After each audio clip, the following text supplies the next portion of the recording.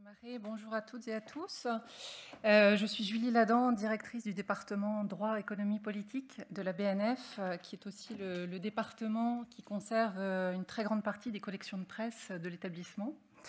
Je suis très heureuse de vous accueillir et de vous souhaiter la bienvenue à la Bibliothèque nationale de France. Au nom de Laurence Angel, notre présidente, qui ne peut malheureusement pas être présente en début d'après-midi, pour ouvrir avec Jérôme Bouvier cette demi-journée d'études sur le thème de la presse papier, qui porte un titre très éloquent, « Presse papier, mon amour ». Alors, je tiens à vous remercier, Monsieur le Président de l'association Journalisme et Citoyenneté, également fondateur des Assises internationales du journalisme, cher Jérôme Bouvier, pour la collaboration fructueuse qui nous a permis de construire ensemble cet événement autour de la presse et de son support papier, qui n'est désormais plus exclusif. Donc, événement qui avait été initié par ma prédécesseure aussi, Catherine Aurérin, que je salue. Les différents acteurs rassemblés ici, responsables de titres de presse, journalistes, mais aussi représentants des marchands de journaux et conservateurs de la BNF, vont apporter leur éclairage et leur analyse croisée sur l'actualité et l'avenir de la presse papier, sur les stratégies de conception de l'information, de communication, de diffusion et de conservation qui sont liées à ce support physique, ainsi que sur le rapport spécifique à l'information qu'il instaure pour ses lecteurs. La BNF est particulièrement heureuse d'accueillir ces échanges parce que la presse est au cœur de son actualité. Elle constitue un enjeu majeur et prioritaire pour l'établissement qui conserve une collection remarquable, confrontée à de nombreux défis en termes de mise à disposition et de conservation, notamment pour la presse de la Troisième République, pour laquelle les documents sont parfois dans un état très vulnérable en raison de l'acidification du papier. Caroline Tourette, conservatrice, chef du service entrée et conservation du département, vous en dira plus tout à l'heure au cours de la première table ronde. Du fait de sa mission de collecte du dépôt légal depuis le XVIe siècle, la BNF a en effet constitué au fil des années, depuis la Gazette de Théophraste Renaudot en 1631, premier titre de journal publié en France, jusqu'à aujourd'hui, une collection quasi complète qui reflète fidèlement l'histoire et les différentes étapes du développement de la presse en France. Riche de plus de 246 000 titres publiés sur le territoire français et dans les anciennes colonies, cette collection continue de s'accroître chaque année avec les nouvelles entrées du dépôt légal. À titre d'exemple, en 2021, plus de 2000 nouveaux titres sont ainsi entrés dans la collection qui occupe aujourd'hui près de 44 km linéaires de rayonnage dans les magasins des différents sites de la BNF, principalement à Tolbiac. Et il s'agit là bien sûr que de la presse papier, puisque nous sommes parallèlement confrontés aux nouveaux enjeux liés au dépôt légal numérique. Catherine Lagoutte, conservatrice, chef du service de la gestion des périodiques au département du dépôt légal, vous en dira là aussi un petit peu plus dans la deuxième table ronde. Cette collection de la BNF, donc unique par son amplitude historique et par son niveau de complétude, est aujourd'hui au cœur d'un projet très important pour l'établissement, le projet de Conservatoire national de la presse, qui a été annoncé dans les médias en fin d'année dernière, qui doit ouvrir à horizon 2028 sur le nouveau site de la BNF qui sera construit à Amiens. Ce Conservatoire national de la presse vise à rassembler la collection de presse dans un lieu unique, dans des conditions de conservation optimales, avec des ateliers permettant des capacités de traitement, de reconditionnement, de désacidification, surtout aussi de numérisation à une très grande échelle pour favoriser la mise à disposition et la diffusion de la collection, notamment via la bibliothèque numérique Gallica. Un programme ambitieux de médiation et de valorisation scientifique et culturelle de la presse, autour de la presse, sera également à construire dans le cadre de ce projet de Conservatoire national de la presse avec les partenaires locaux et nationaux. Alors, la presse papier à la BNF, c'est aussi sa salle de lecture, une salle de lecture qui lui est dédiée en haut de jardin, que je vous invite à aller visiter. Il s'agit de la salle B, qui propose environ 400 titres de quotidiens, hebdomadaires, mensuels et trimestriels d'informations générales et politiques. Pour la constitution de cette collection de libre accès, une attention particulière est portée aux nouveaux titres et à la créativité éditoriale qui témoigne de la vivacité de la presse contemporaine dont on va aussi parler cet après-midi.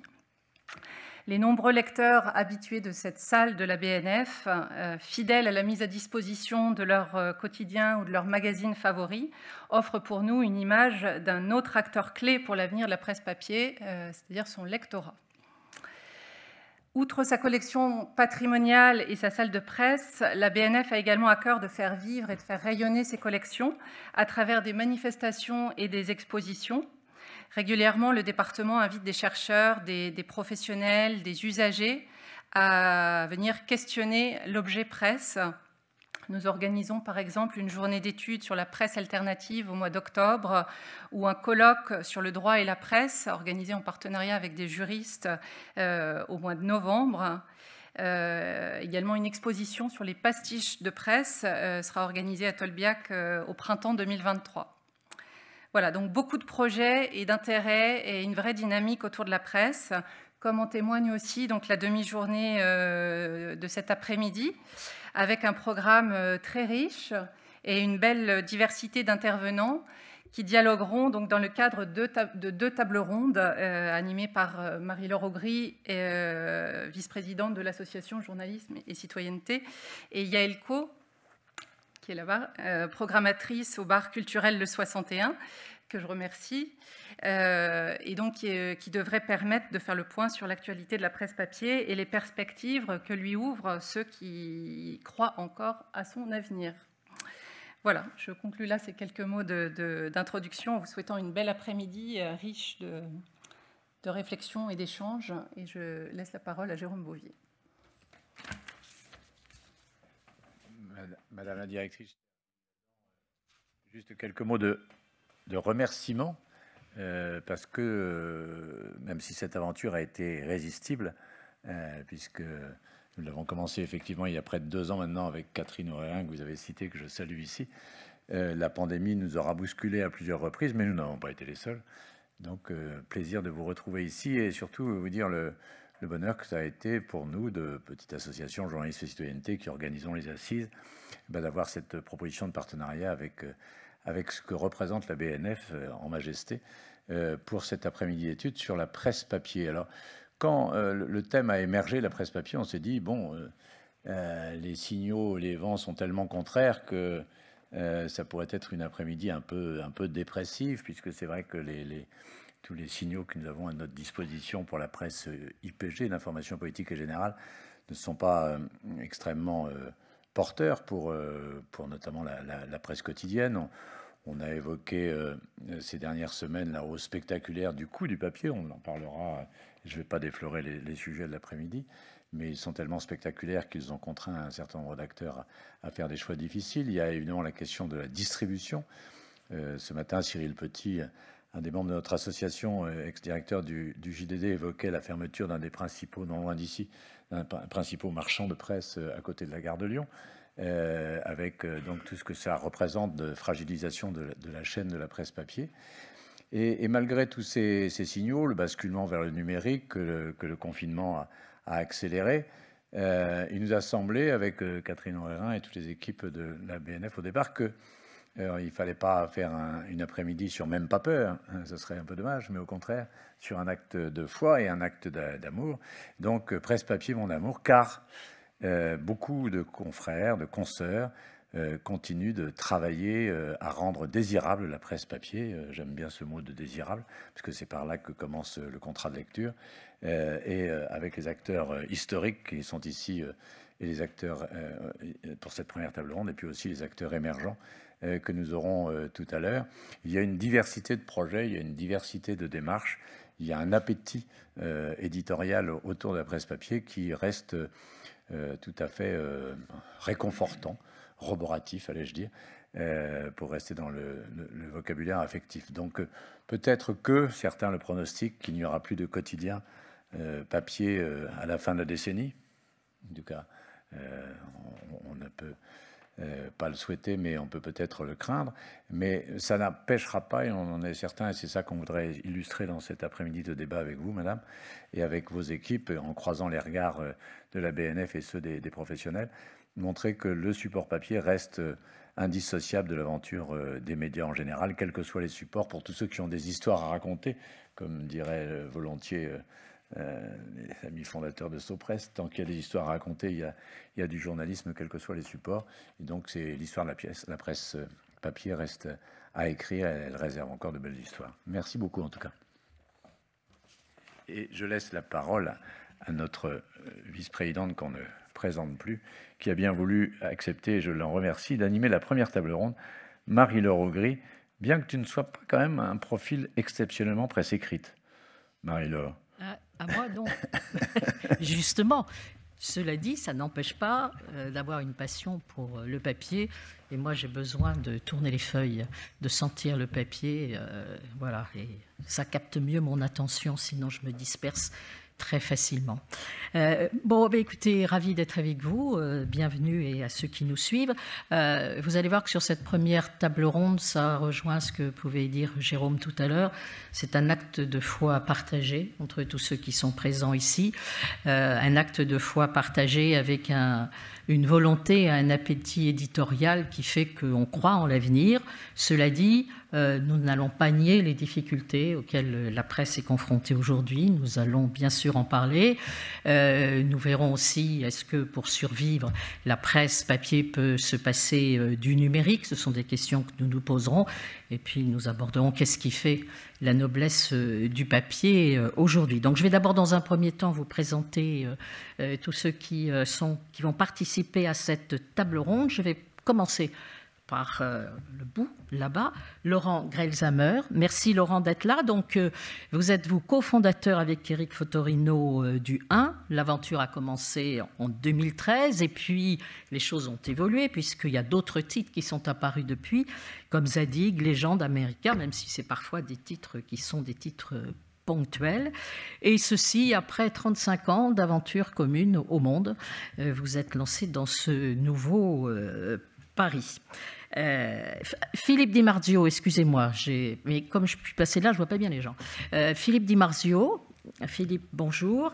Vous êtes directeur général de Culture Presse, organisation représentative des marchands de journaux. On va bien sûr en parler parce que l'accès à la presse, c'est ô combien important. Vous êtes aussi éditeur de Union Presse ou éditeur de la rubrique du Réseau Presse. Voilà ce qui relie en effet tous les marchands de presse. Et votre passion du papier se traduit aussi par une autre activité puisque vous êtes trésorier de Culture Papier. À vos côtés, Laure Dossi. Laure, enfin aux côtés plutôt aux côtés d'Éric, excusez-moi, de Laurent. Bon, tout va aller très bien, vous inquiétez pas. Laure, Charlie Hebdo, journaliste, enquêtrice, beaucoup dans l'investigation, collaboration qui a commencé en 2015 et puis qui s'est confirmée en 2019. Et puis avant, il y a eu d'autres aventures journalistiques, le numérique avec le Figaro.fr et puis aussi la télévision, en ayant participé à différentes émissions, comme par exemple Arrêt sur image.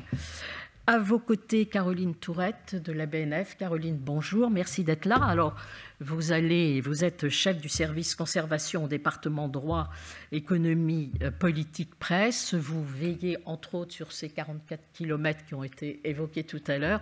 Vous interviendrez, pas en clôture, mais presque, à la fin de notre échange, justement pour nous expliquer le travail formidable que peut faire la BNF au service de la presse et au service de la presse écrite. Et à mes côtés, Éric Karnbauer, vous êtes directeur général du groupe Sopress depuis 8 ans, mes compagnons depuis le départ de l'aventure et notamment à travers SoFoot qui a été le premier titre. Vous aussi, vous avez fait des incursions ailleurs, à la télévision, au programme d'M6 et à France Télévisions, mais cette fois plutôt du côté de la pub et du sponsoring pour revenir à la presse écrite. Donc SoFoot 2003, 2012 SoFilm, 2015 Society. On ajoute à ça So Good ou Big Bang, qui sont aussi des parutions qui sont selon le temps et l'humeur du temps. Je voudrais, moi, vous donner, justement, pour peut-être rassénérer et lutter contre les idées reçues ou mal reçues de la presse, qu'il y a quand même, on a la chance, au-delà des difficultés, d'avoir une grande diversité, puisqu'il y a 6500 titres de presse, 2 fois plus qu'en Grande-Bretagne, 3 fois plus qu'en Allemagne. Alors bien sûr avec une prédominance de la presse magazine, car si on regarde les chiffres d'affaires, c'est 70% pour la presse magazine. La presse magazine qui est le premier marché au monde en vente par habitant. Situation, on aura l'occasion de le dire, beaucoup plus compliquée, bien sûr, quand il s'agit de la presse périodique. Et puis, les points de vente, il y en a aujourd'hui 21 000, moins qu'il y a 15 ans, bien sûr, avec une diminution, mais je pense que Philippe pourra nous le dire, une diminution, on se console comme on peut, mais c'est que dans la baisse du commerce, ce n'est pas forcément là où la baisse est la plus importante. Alors, moi, je voudrais à chacun vous demander, dans cette passion pour la presse écrite, les choix de chacun. Laurent, le choix, c'était au départ le choix de l'envie. L'envie de continuer le journalisme après l'aventure du Monde, de ne pas quitter la presse papier. Alors, oui, il y a... Bonjour à tous, à toutes. Il y a évidemment l'envie de faire du journalisme, de faire des journaux. Je dirais, pour reprendre un mot célèbre du grand écrivain Samuel Beckett, à qui on demandait un jour pourquoi il continuait à écrire et à publier, il avait répondu, dans une enquête d'ailleurs parue, je crois, dans Le Monde ou dans Libération, il avait répondu « bon qu'à ça ». Je crois qu'autour de cette table ronde de forme rectangulaire,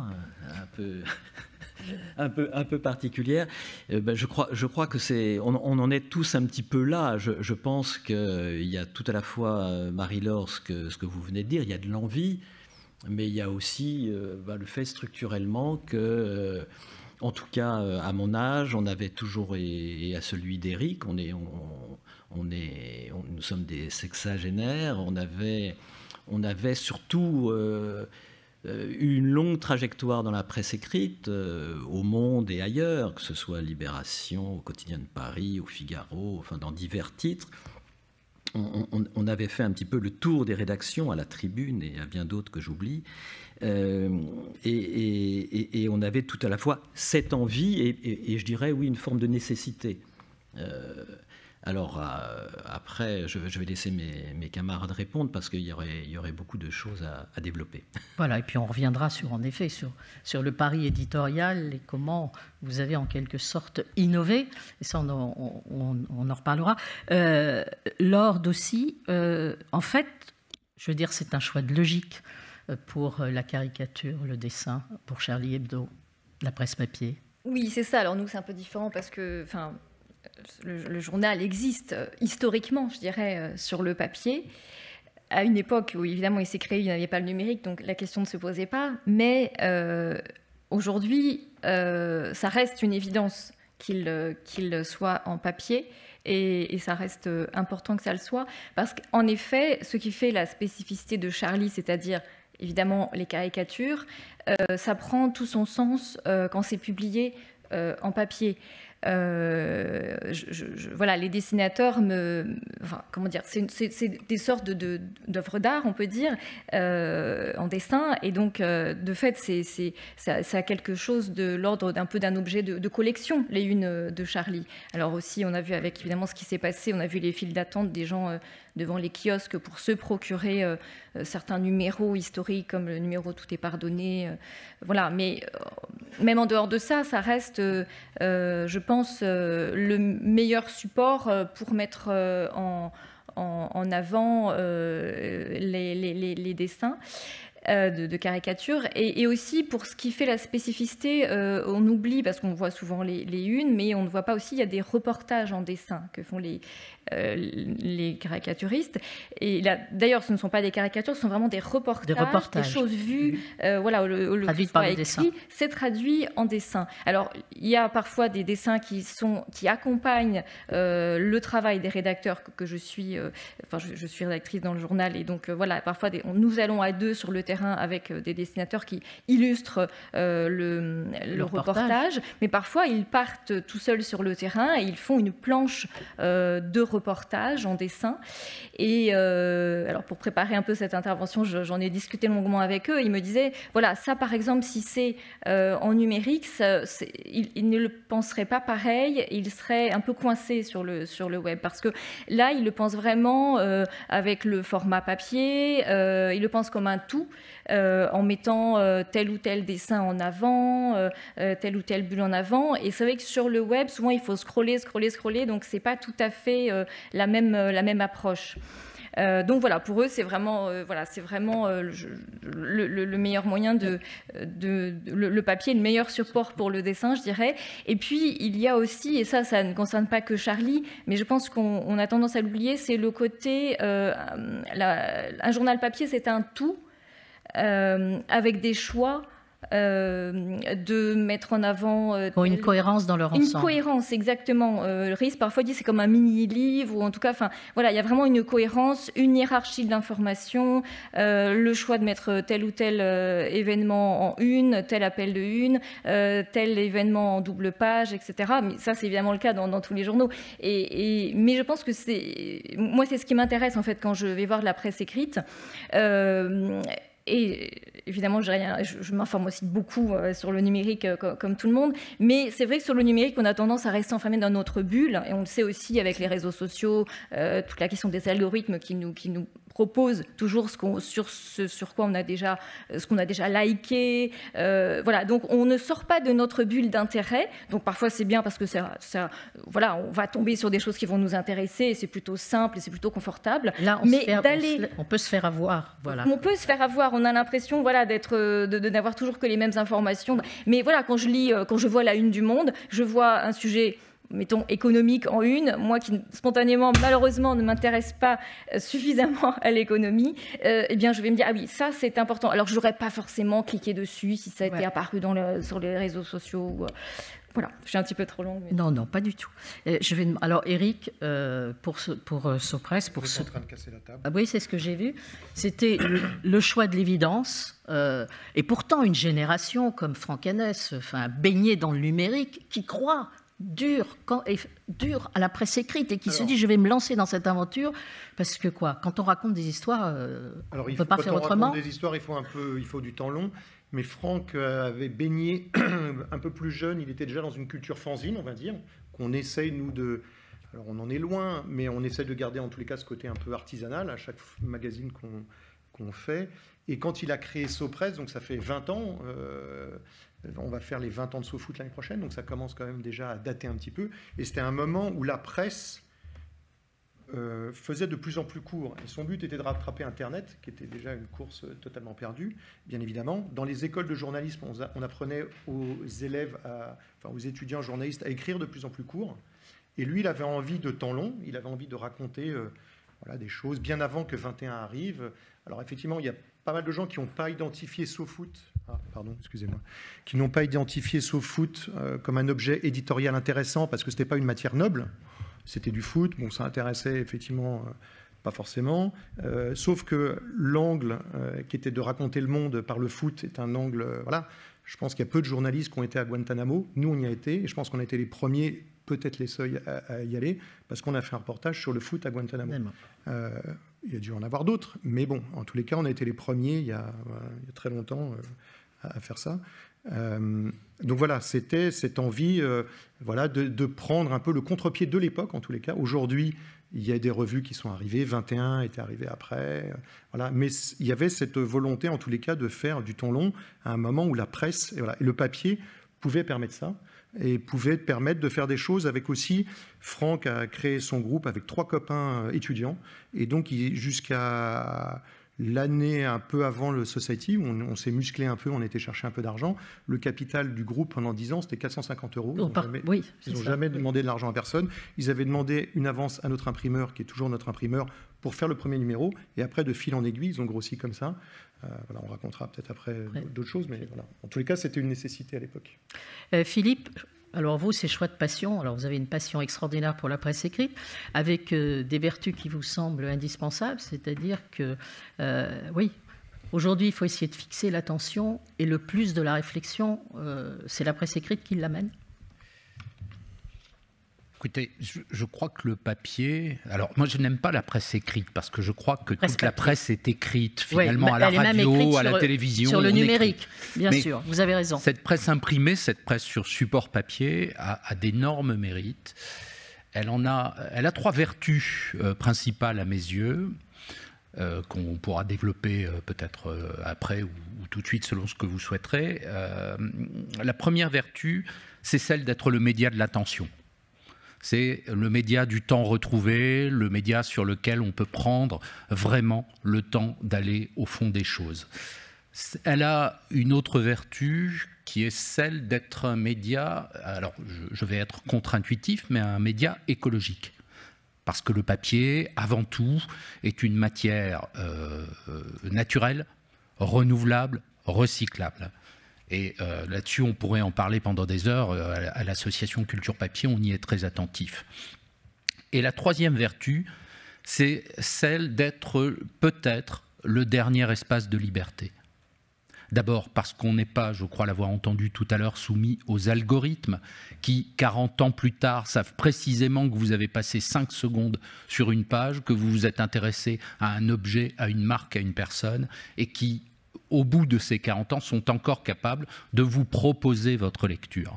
La presse papier, et singulièrement celle qui est vendue au numéro, c'est celle qu'on peut acheter sans que personne sache ce que vous avez lu, ce que vous avez envie de lire, et combien de temps vous avez passé sur une page, sur une autre. Est-ce que vous avez lu cet article? On le disait tout à l'heure, la presse, c'est un objet, la presse imprimée, c'est un objet qui est un voyage de la première à la dernière page, mais dans lequel on ne s'arrête pas à toutes les étapes. Mais est-ce que j'ai lu un papier sur un trou noir, alors que peut-être je ne m'y serais pas intéressé si je ne l'avais pas trouvé au détour d'une page?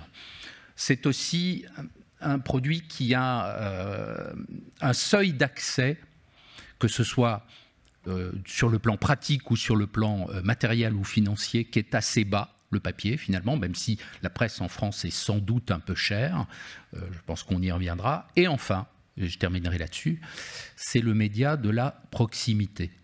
Et vous citiez tout à l'heure les 21 000 points de vente partout en France dans lesquels on peut trouver de la presse avec une offre large, environ 1800 titres à 2000 titres en moyenne, ce qui est considérable et à portée de citoyens. Alors, il y a un aspect qu'on va peut-être aborder là, c'est que, bien sûr, la presse papier, c'est un pari permanent, un pari qu'on pourrait dire à haut risque quand on se lance dans une nouvelle aventure, un autre pari aussi quand on est dans l'héritage d'une histoire, comme ça peut être le cas pour Charlie Hebdo. Moi, je voulais vous demander, Laurent,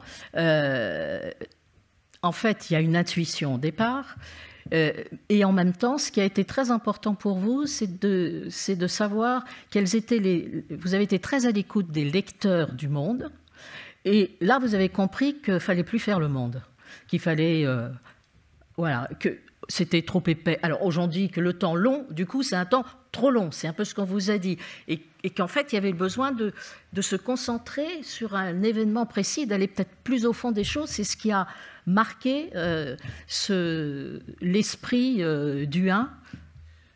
Oui, c'est tout à fait ça, Marie-Laure. En fait, pour prendre 2 secondes de préambule, à la fin de mon aventure au journal Le Monde, j'avais parmi pas mal d'autres fonctions celle de faire un peu la tournée des provinces ou des régions, comme on dit, ou du territoire même maintenant, à la rencontre des lecteurs, mais aussi des kiosquiers. Et j'avais notamment fait une sorte de mission pendant 6 mois de rencontrer tous nos représentants, un maximum de représentants de kiosques, etc. Et il y avait quelque chose qui m'avait beaucoup frappé quand j'étais rentré et revenu à Paris. J'en avais parlé à Éric Fotorino, puisque à l'époque on formait un tandem à la direction du Monde.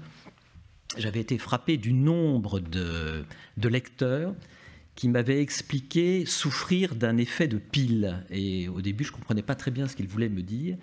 Et il me disait, finalement, quand je l'ai poussé un peu dans le retranchement, on est abonné ou on l'achète tous les jours, mais il se trouve que nous n'avons pas le temps tous les jours de consacrer 3/4 d'heure, 1 heure et demie à la lecture du Monde.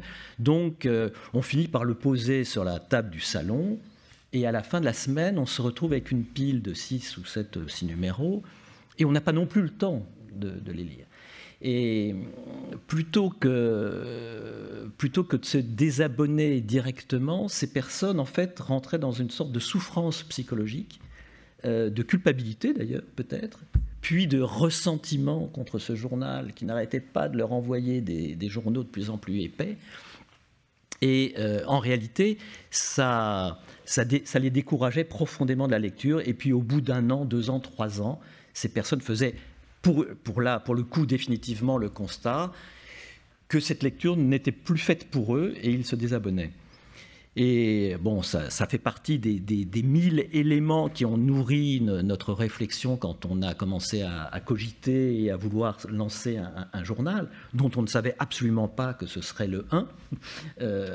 Mais en tout cas, nous avions une certitude avec Eric, 2 ou 3 certitudes. C'est que ce journal serait bref, concis, et qu'on pourrait le lire au maximum en 1 heure. On avait aussi la certitude qu'on n'accepterait pas de publicité. On avait la certitude aussi de vouloir faire un journal qui ne soit pas un journal, enfin qui soit un journal, disons, pensé, conçu par des journalistes, mais pas écrit par des journalistes. Voilà, mais qui soit écrit par des romanciers, des poètes, des chercheurs en sciences humaines ou en sciences dures, etc. Et donc on est parti un petit peu sur ce jeu de contraintes. C'était nos envies, pour reprendre votre formule de tout à l'heure, l'envie de faire un journal qui n'existe pas, qui se singularise. Et après, on a appuyé sur le curseur de plus en plus loin pour se singulariser de plus en plus. Mais je voudrais rajouter une chose, je ne veux pas être trop long, n'hésitez pas Marie-Laure à me couper.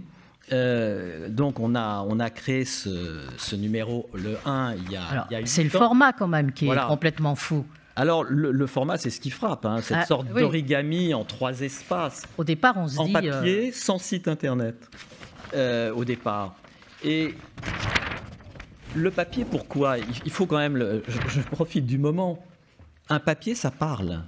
Je veux dire, un papier, c'est pas une matière inerte comme un écran, moi j'aime beaucoup travailler sur écran, mais l'écran nous renvoie une certaine forme de froideur.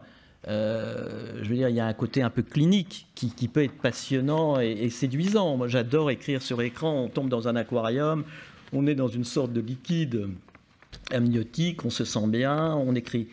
Mais la presse papier, c'est quand même autre chose. Je ne sais pas si vous entendez.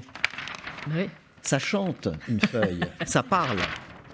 Le papier parle, et ce qu'on ignore, parce que, bon, on n'est pas tous tenus d'être des professionnels du papier, mais chaque papier a son langage. Alors nous, ça fait partie d'une réflexion qui nous a pris un temps infini quand on a lancé le 1, c'est qu'on n'a pas voulu n'importe quel papier. Et on a eu la chance de faire appel à Antoine Ricardou, qui est un directeur artistique, qui est de formation un architecte, et ensuite qui s'est investi dans le papier, dans la typo.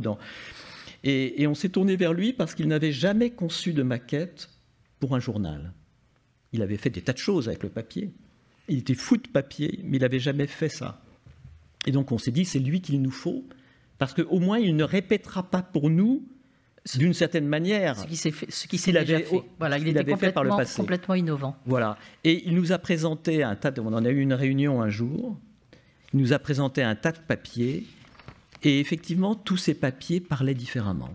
Certains sont craquants, d'autres sont feutrés, d'autres sont soyeux. Et nous avons pris un papier très épais. À l'époque, on pourra y revenir, mais nous n'avons plus le même papier qu'à l'origine, parce que l'industrie du papier était entrée dans un cycle fou. Mais on attache toujours une importance capitale à ce que ce papier soit le plus proche du papier qu'on avait choisi au départ, un papier qui a une certaine matité, qui traverse le temps, c'est-à-dire que le numéro 1 du 1 est toujours dans le même état qu'il y a 8 ans. C'est-à-dire qu'il n'a pas jauni, il n'a pas ranci, il ne s'est pas racorni, il ne s'est pas rétracté. Et donc, on a voulu, au départ, respecter notre matière première. Et je pense qu'il faut commencer par là. Et du coup, ça nous a introduit à une réflexion sur qu'est-ce que c'est qu'un journal aujourd'hui en papier. C'est peut-être effectivement un journal qui traverse le temps, qui, comme disait Eric, est dans le temps long pour l'enquête, ou comme dans Charlie Hebdo, dans certains de ses reportages dessinés, etc. Il y a ce temps long, mais il y a aussi le temps long proprement de la matière première, de la matière d'origine. Que ce papier puisse traverser le temps, qu'il puisse continuer à chanter ou à parler ou à swinguer de la même manière qu'au départ. Eric, l'aventure Sopress, elle est née d'un collectif d'envie. Enfin, c'est très... Voilà, alors, c'est les envies. Après, il faut faire partager les envies. C'est la politique de l'offre. Vous dites, voilà, nous, c'est ça, on pense que ça, c'est bien, et on vous l'offre. Alors, c'est très, très joliment dit, un collectif d'envie. En fait, en vrai, ça s'appelle une bande de copains. Donc, oui, ce qui fait que la structure est atypique et votre mode de fonctionnement est atypique. Il n'y a pas de conférence de rédaction, chacun s'autogère. Alors, chacun s'autogère pas. Mais en tout cas, c'est une culture de boîte non coercitive. C'est bien au début quand personne n'est salarié de la boîte. Quand ça devient grand. Aujourd'hui, on est en équivalent temps plein avec tous les métiers qu'on fait qui sont hors dehors de la presse, on est 120. Donc ça commence quand même à... Il y a des moments, c'est bien quand on dit qu'on s'engage à faire des choses, qu'on les fasse dans les temps, ce qu'on fait. Mais voilà, c'est vrai que c'est une culture d'entreprise qui est un peu différente. Après, oui, c'est une... Mais je pense que là, ça rejoint aussi ce que disait Laurent. Historiquement, Charlie, il y a ça aussi. Moi, j'ai travaillé à une époque à Nova et j'ai travaillé beaucoup avec Jean-François Bizot. Voilà, c'était aussi une grande actuelle Nova. C'est une grande, c'est une grande aventure aussi de presse. Et c'est aussi une bande de copains. Donc effectivement, c'est d'abord une bande de copains. C'est ensuite effectivement sentir quand même les choses. Oui, alors ça, il faut plutôt bien sentir les choses. Mais mes camarades, je pense, sentent bien les choses. Mais en tous les cas, il y a cette envie qu'il y avait aussi à l'époque d'Actuel et Nova. C'est exactement ce que vient de dire aussi Laurent. Nous, on n'est pas du tout là, c'est pas du marketing, mais c'est basique. C'est vrai qu'on n'est pas dans une logique de demande. On ne se dit pas qu'est-ce que les gens ont envie de lire. Nous, on a toujours été dans qu'est-ce qu'on a envie de raconter et de proposer. Alors après, on propose, il y a là aussi un certain contrat de lecture. Quand on lit ce qu'on fait, c'est certains sujets, c'est une certaine façon de raconter, c'est des références. Alors c'est pas toujours... Moi, mon père a 80 ans, il y a ses copains qui lisent et qui me disent « Ah, j'aime beaucoup, je lis ton Canard ». Bon, de temps en temps, il y a des mots anglais ou des références à Game of Thrones ou je ne sais pas quoi que je ne comprends pas trop. Mais il dit « Sinon, ton Canard est très bien ». Donc, je suis content que c'est des... Je ne sais pas s'il lit le Canard. Mais donc, voilà, donc oui, c'est ça, c'est faire ce qu'on a envie de faire, on le fait déjà. Pour nous-mêmes, il y a une logique assez artisanale, ce que je disais tout à l'heure, et on a envie à chaque fois de remettre, de remettre l'ouvrage sur le métier, ou le métier sur l'ouvrage, je ne sais jamais comment on dit, et d'essayer de faire... Society, en l'occurrence, c'est un rythme un peu bizarre, puisque c'est un quinzomadaire, donc c'est tous les 15 jours, parce qu'on était parti du constat, là aussi, c'est exactement ce que disait Laurent, où on se disait les gens n'ont plus le temps de lire les news, et ça donne le petit recul nécessaire pour raconter ce qui se passe dans le monde et dans l'actualité. De temps en temps, faire un peu aussi, essayer de faire l'actualité, ou en tous les cas de dire nous, on a envie de mettre ce sujet-là à la une. Mais effectivement, il y a toujours cette idée assez collective. Et puis après, sur l'organisation, c'est vrai qu'on n'est pas dans une organisation... Nous, il y a une dizaine de titres dans la maison avec des périodicités différentes. Il y a des quinzos et puis certains titres qu'on fait qu'une fois par an. C'est une seule rédaction. C'est 2 ou 3 patrons par journaux et personne en dessous. Il n'y a que des journalistes. Il n'y a pas de directeur adjoint, de rédac-chef adjoint, de chef de rubrique. Il n'y a pas de rubrique chez nous. Il n'y a que des reportages et des choses à lire au début et en fin de magazine, qui sont faites là aussi très collectivement. Souvent, c'est des écritures à 4 mains, parfois à 6 mains aussi. Donc c'est une organisation. Et certains journalistes qui écrivent pour un journal se retrouvent responsables d'un autre journal et ils vont avoir sous leurs ordres les patrons d'autres journaux. Laure, le contexte de Charlie est complètement différent. Ce n'est pas une aventure nouvelle. C'est comment on réussit, à travers l'évolution de la presse papier, à continuer à faire vivre l'esprit de Charlie. Et l'esprit de Charlie, ça remonte à 1970. Oui, oui, et c'est toujours le même esprit. Je dirais que nous, on va toujours faire un pas de côté par rapport à l'actualité, avoir un regard Charlie, c'est-à-dire un regard, on va dire, irrévérencieux, un regard, on va se moquer et en tout cas, surtout dans les caricatures, se moquer et critiquer tout ce qui est objet de vénération, on va dire. Je dis ça parce que souvent on a l'impression, on va justement paradoxalement caricaturer Charlie en ayant l'impression qu'on va avant tout se moquer des religions. Oui, mais pas seulement. Et pourquoi les religions? Parce que les religions, c'est une forme de pouvoir, et donc on va toujours vouloir se moquer de ce qui est le pouvoir quelque part. Voilà. Et puis donc, tout ce qui est tabou en général.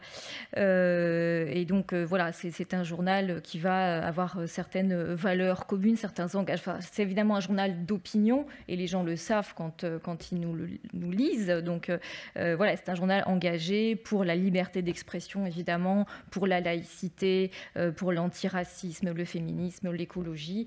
Voilà, donc c'est ce qui fait la spécificité de Charlie depuis le début et qui se perpétue. Et on va toujours avoir un pas de côté, par exemple, pour traiter du conflit, enfin de la guerre en Ukraine. Récemment, Antonio Fischetti est allé en reportage en Ukraine sur la manière dont, en Ukraine, eh bien, des humoristes et des dessinateurs continuent leur travail d'humoristes et de dessinateurs.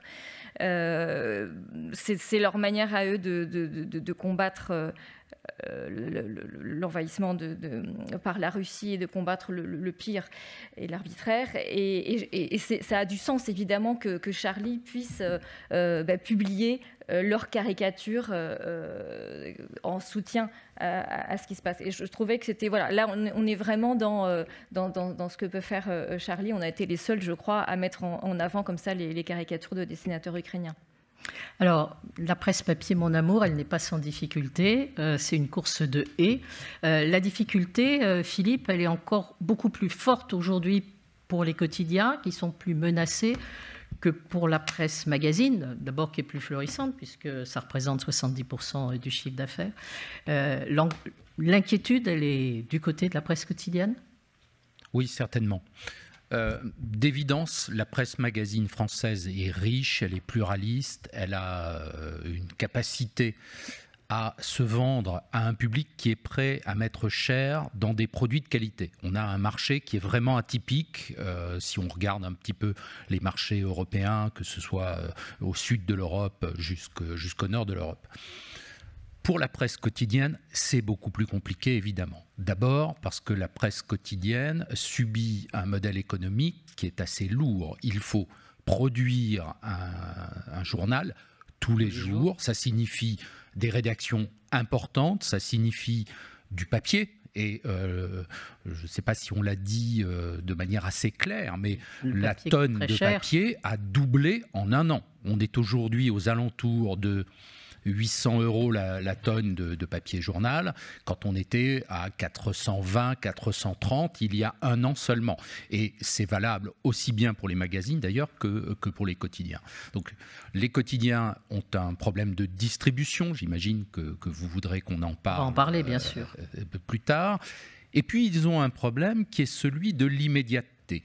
La presse quotidienne apporte de l'information, elle est en conflit immédiat, en concurrence immédiate avec Internet, qui apporte de l'émotion ou de l'information dans votre poche avec une exigence d'attention relativement courte. En 3 minutes, en 2 minutes, en 1 minute, vous avez lu un entrefilet de quelques lignes qui vous dit que des bombes sont tombées sur une ville d'Ukraine dont je serais incapable de prononcer le nom du reste. Et ça, c'est un vrai souci. Ça ne veut pas dire que la presse ne peut pas se renouveler. La presse imprimée a su survivre à la radio et même à l'incident Ningesser et Colli. J'espère que chacun sait à quoi je fais référence ici. Elle peut sans doute trouver d'autres modes d'existence, mais c'est très compliqué pour elle et c'est un vrai souci de société parce que c'est là aussi que se situe la noblesse de ce métier. La culture et le loisir sont essentiels, ils participent de la démocratie, mais la presse d'information politique et générale est en première ligne. Vous aimez à dire, vous, Laurent, que vous êtes des résistants. On est des résistants parce que, voilà, certes, l'aventure est belle, mais tous les jours, on est confronté à des difficultés. On a parlé du prix, en effet, du papier, entre autres. Oui, alors il ne faut pas faire d'erreur sur le mot. Évidemment, je ne me prends pas pour un résistant avec un R majuscule, mais en fait, j'avais eu l'occasion d'interviewer Pierre Nora, grand historien, et sur une question d'histoire. Et donc, à la fin de l'interview, on avait un petit peu discuté ensemble. Et il m'avait demandé des nouvelles du 1, du petit groupe que nous avons constitué. Et je lui avais dit, bon, ben voilà, c'est difficile, etc. Et il m'avait dit, mais vous savez, moi aussi, j'édite une revue, Le Débat, puisque Le Débat existait encore à cette époque-là. Il m'a dit, vous êtes comme moi, vous résistez. Et ça m'avait frappé, parce qu'effectivement, bon, il y a un petit clin d'œil, et peut-être qui n'est pas très heureux, mais aujourd'hui, il ne faut pas se leurrer. Enfin, en tout cas, je parle pour ce qui me concerne. J'adore et j'ai cette envie et ce besoin de participer à une aventure sur papier. Et il n'y a que ça qui m'intéresse, du reste. Travailler sur écran ou travailler pour un écran ne m'intéresse pas dans le cadre du journalisme. Mais il ne faut pas se leurrer, effectivement. Je ne sais pas si nous sommes en sursis ou pas, probablement. En tout cas, nous sommes des résistants. C'est-à-dire qu'on se bat sur tous les fronts. J'ai souvent l'impression d'avoir un tout petit couteau de poche, une sorte d'opinel, vous savez, et d'avancer dans un tunnel assez sombre. Et un peu comme quand on est enfant, quand on fait dans les foires ces trains fantômes où il y a des tas de choses qui vous assaillent, pas très agréables. Et en fait, c'est ce qui nous arrive. Parce qu'une fois qu'on a dit qu'on adorait faire ce métier, que c'était formidable, etc., tout cela est exact. Mais il faut quand même bien voir que notre métier consiste, en tout cas quand on est tout à la fois fabricant de journaux et dirigeant d'entreprise, ce qui est mon cas avec Éric, notre boulot aussi eh bien, est construit de combats permanents. Je veux dire, le feuilleton de l'année 2020-2021, ça a été Prestalis. Le feuilleton de cette année, Philippe vient de le rappeler, c'est le coût du papier. Demain, ce sera peut-être celui de la disparition d'un nombre accru de kiosques. Bon, que sais-je. Donc, bon, c'est vrai que c'est formidable, c'est un défi permanent, mais nous sommes tout de même comptables.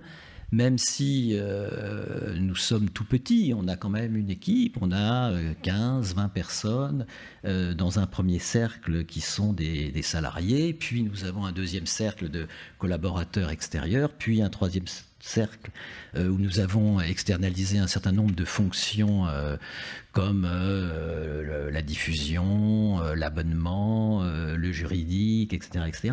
Donc en fait, si vous voulez, une petite entreprise de presse papier aujourd'hui, même si elle est toute petite, et j'en suis d'autant plus conscient que j'ai fréquenté par le passé des grosses institutions de presse papier, même si nous sommes tout petits, en fait, nous sommes comptables devant des jeunes gens, parce qu'on emploie surtout des jeunes gens, et donc on est comptable, on doit les rémunérer, on doit les payer. Tout article du 1 est rémunéré, et dans toutes nos publications. Donc il y a cette responsabilité et ce souci permanent. Alors oui, nous sommes des résistants, pas de grands résistants, mais des résistants à la petite semaine. Voilà. Éric, vous partagez sans doute peut-être ce sentiment. Et je pense que c'est pour ça, alors dans le groupe Sopresse, il y a une volonté très forte de défendre ceux qui font la presse autant que ceux qui la vendent, ce qui ne peut faire que plaisir à Philippe. Mais c'est quelque chose dont il y a eu une conscience très très forte dès le début. Je pense que oui, Franck a compris ça très tôt. Effectivement, notre premier client, c'est le diffuseur, c'est le marchand de presse. S'il n'a pas un peu d'appétence, s'il n'a pas envie de mettre notre titre en avant, on peut se retrouver pas là où il faut. Enfin voilà, on sait qu'il y a entre le lecteur final et nous, il y a le marchand.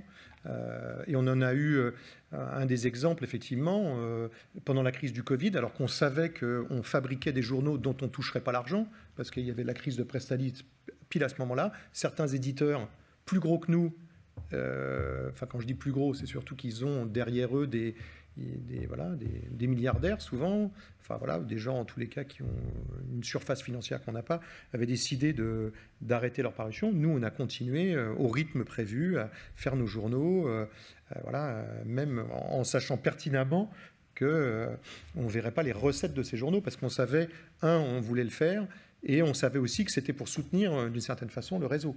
Donc ça a été clairement, il y a une volonté, parce qu'on en a débattu chez nous quand même, effectivement. Mais voilà. Après, pour rejoindre ce que dit Laurent aussi, c'est vrai que ce sont des métiers de passion. On ne fait pas ça. Moi, je dis souvent, quand on parle de développement et quand on parle de business, en déconnant un peu, je dis toujours, vaut mieux vendre des armes et de la drogue que des journaux. Voilà, je pense que ce sont des métiers d'avenir et un peu porteurs. Nous, ça l'est un peu moins. Mais effectivement, on n'est pas parti dans ces développements-là, donc on continue à faire des journaux, même si on a beaucoup d'autres activités. Oui, une diversification, on aura peut-être l'occasion de parler. Mais parce que ça s'est construit comme ça, vu qu'on n'avait pas il n'y avait pas de capital. C'était des gens, en fait, les gens qui ont fait SoPresse au début, ils étaient soit pas journalistes de sport quand on a fait SoFoot, soit pas journalistes du tout. C'était des gens qui écrivaient, qui étaient curieux, qui avaient envie de se promener. Et c'est des gens qui avaient d'autres métiers. Mais l'idée, donc ils étaient pigés comme ça. Et effectivement, l'idée, c'était de fédérer ce groupe et que petit à petit, la mayonnaise monte, que le collectif soit réuni un peu plus. Donc il fallait, comme c'est une formule reprenait, que dit moins Franck, mais à une époque, il fallait nourrir la horde. C'était ça, c'était la meute, c'était cette petite bande qui étaient tous en freelance, qui étaient ou pas journalistes. Il y en a certains qui étaient en des facs, qui étaient profs, qui étaient et donc il fallait. Et donc pour les nourrir, c'est pas avec un mensuel qui tire au début, qui devait les premiers numéros, ça vendait 1000, 2000. Donc il a fallu trouver d'autres activités honorables, je précise. Pour effectivement faire grossir cette maison. Et sans cette activité-là, aujourd'hui encore, on ne perd pas d'argent sur la presse. Je ne peux pas vous dire qu'on en gagne beaucoup, mais enfin, quand on agrège, et quand je dis la presse, j'inclus moi la publicité, contrairement à Laurent, parce que nous avons de la publicité, on ne peut pas s'en passer. Après, il n'y a pas d'interférence avec l'éditorial. Mais voilà, mais si on n'avait pas eu cet autre pied, un peu plus business sur plein d'autres activités qu'on fait, on en parlera peut-être tout à l'heure, je pense qu'on n'aura pas pu connaître le développement qu'on a eu simplement en étant un groupe de presse. Et aujourd'hui, on est plus un groupe média.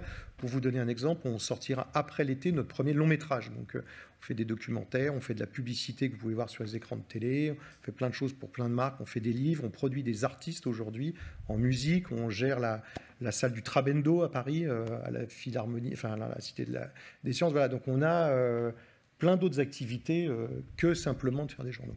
Philippe, on va revenir justement sur le nerf de la guerre, c'est-à-dire là où on peut acheter, avoir accès à la presse écrite, qui sont le rôle ô combien important des marchands de journaux. Vous dites qu'ils sont plutôt malmenés dans leur quotidien, avec un petit espoir. Alors vous allez nous en dire un mot, c'est la loi de 2019 qui devrait entrer en vigueur d'ici quelques mois, au début de l'automne.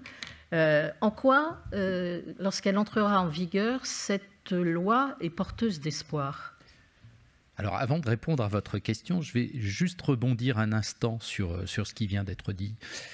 La presse papier résiste, c'est le consommateur qui choisit au final, et non pas ceux qui commentent, et non pas les géants de l'Internet qui consomment avec une invention géniale qui s'appelle le moteur de recherche, toute la substance créée par les journalistes au quotidien et qui, avec ça, font beaucoup d'argent puisqu'ils ont capté une partie des ressources publicitaires qui, Alors, ce n'est pas vrai pour Charlie et ce n'est pas vrai pour Le 1, mais c'est vrai pour l'essentiel de la presse, cette réclame qui est un des 3 piliers de l'économie de la plupart des éditeurs depuis que Moïse Millot a inventé la vente au numéro.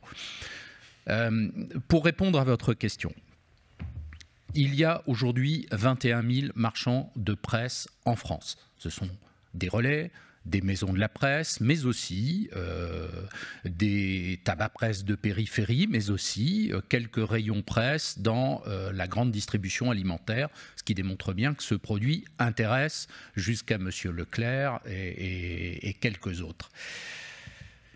Ils sont, vous l'avez dit tout à l'heure, ils sont moins nombreux qu'autrefois.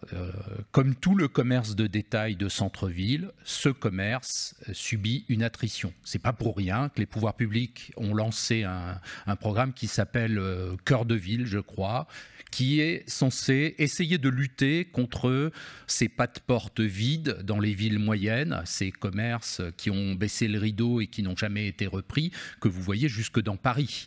Il y a certaines rues dans lesquelles vous vous promenez où il n'y a plus beaucoup de commerce. Alors, on perd des points de vente, mais on en perd moins que le commerce, justement, tel que je viens de l'indiquer. C'est 2,5% à peu près d'attrition du réseau en effectif chaque année. C'est beaucoup, c'est trop, évidemment, et en même temps, c'est beaucoup moins que les 4 à 5% d'attrition du commerce.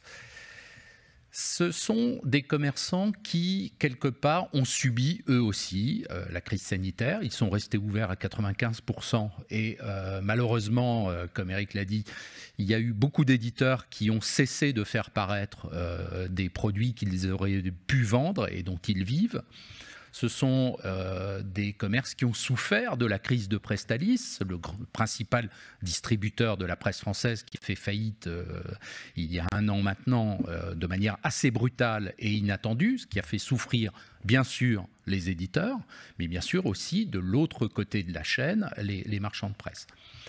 Alors, le mal qui touche ces marchands, qu'on qualifiait autrefois assez facilement, le mot n'est pas de moi, il est de Kiechman, de jardiniers de la démocratie, des petites mains qui, en proximité, apportent de la culture et de l'information à nos concitoyens, c'est une forme de désengagement. Le sentiment, avec plus de 6000 titres, dont certains sont des produits imprimés qui sont assez loin de l'image de la presse telle qu'elle est représentée à cette table ou celle à laquelle on pense, Jérôme, très clairement, ils ont petit à petit cessé d'aimer leur métier. En étant au bout d'une chaîne sur laquelle on leur impose tout et parfois n'importe quoi. Ils ne choisissent pas leurs titres, c'est plutôt une bonne chose pour la démocratie, mais dans les titres, il y a beaucoup de choses, je viens de le dire. Ils sont peu considérés par le système et par beaucoup d'éditeurs. Tous ne sont pas très attentifs à leur réseau de vente, considérés comme un mal nécessaire. On arrête un tirage, on fait un réglage et ensuite on lance de la marchandise en la reprenant si elle n'est pas vendue. Mais au bout de la chaîne, il y a quelqu'un qui est livré toutes les nuits, qui toutes les nuits doit recevoir de la marchandise, la mettre en rayon, parfois avec beaucoup de difficultés. Il y a 2000 km de linéaire de presse en France. Il faut arriver à caser tout ce que les marchands reçoivent, qui rend des invendus, 1 exemplaire sur 2.